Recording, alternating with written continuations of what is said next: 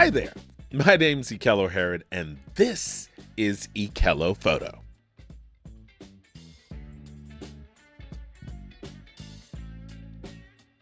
In this video, we're going to talk about camera exposure.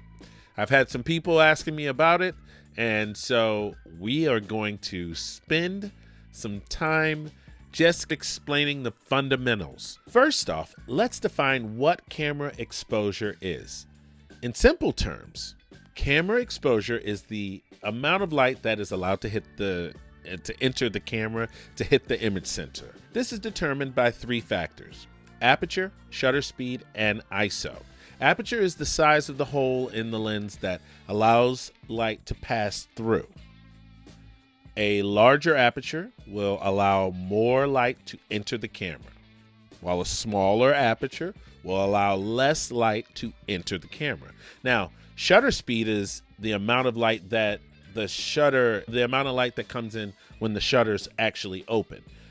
Allowing the light to hit the sensor is like faster or slower. A longer shutter speed will allow more light to enter the camera, while a shorter shutter speed will allow less light. Now we get to the last of the Holy Trinity, the ISO. ISO is the sensitivity of the image sensor to light. A higher ISO will make the image sensor more sensitive to light, while a lower ISO will make it less sensitive. Together, aperture, shutter speed, and ISO determine the overall exposure of a photo. Now that we understand the basics of camera exposure, let's talk about how it affects a photo. Having the correct exposure is important because it ensures that the photo is not too dark or too bright. If a photo is underexposed, it appears too dark and lack detail. It really does lack detail. On the other hand, if a photo is underexposed, it will appear too bright and washed out. The best way to get the correct exposure is to use the camera's light meter. Now, most cameras have a built-in light meter. If you've got a nicer camera, then you have a light meter somewhere built in that when you press the button down halfway, as you look through the lens, you will see at the very bottom that there's a little light meter, and it'll tell you if you're too hot or too cold, meaning if you're overexposed or if you're not.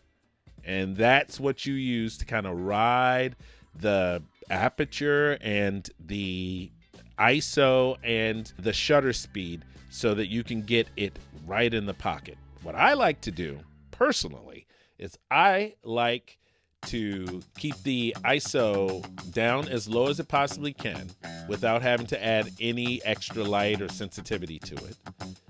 I like to use my shutter speed as my gauge of how much light comes in. And it's what I use to ride the exposure grade. So as you look at the light meter, you'll see at the middle that there's a little tick that's going up and down as you ride your shutter speed. So if your shutter speed's higher, that means less light is coming in, and then that means that you can lower the exposure. So if it's really bright, you make the shutter speed higher, and you can lower the exposure. It's pretty daggone slick. If the light meter is built in, it's built into the camera, and it's lighting the scene, and it helps you determine the correct exposure settings. You can also use the camera's exposure compensation feature to make fine adjustments to the exposure. This allows you to slightly underexpose or overexpose the photo to create the desired effect. Remember, use some of those techniques I was talking about earlier, where you keep the aperture a certain way because you want your bokeh to be specifically certain kind of blurry.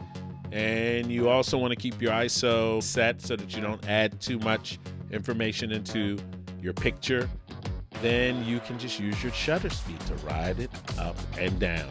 It's a very good technique, and I hope that it helps you to create that desired effect. In conclusion, camera exposure is a critical factor in photography that determines the overall brightness of the photo. By understanding aperture, shutter speed, and ISO, and using the camera's light meter and exposure compensation feature, you can achieve the correct exposure and create stunning photos. Thanks for watching. My name's Ekel Harris, and I hope that you've enjoyed this video. Please subscribe and hit that notification bell so that you do not miss anything going on this channel. I'm putting out lots of content lately, and I'm just trying to keep on top of it because we live in a whole new world. That world of artificial intelligence and enhanced things that are just making our lives easier. And I just want to help to share all the things that it can do to benefit you from photography. And one of those things is to help you with your exposure and your overall picture, because sometimes artificial intelligence is even looking at your photos in Photoshop and stuff. So anyway, I need you to do me a favor. Love the camera you're with.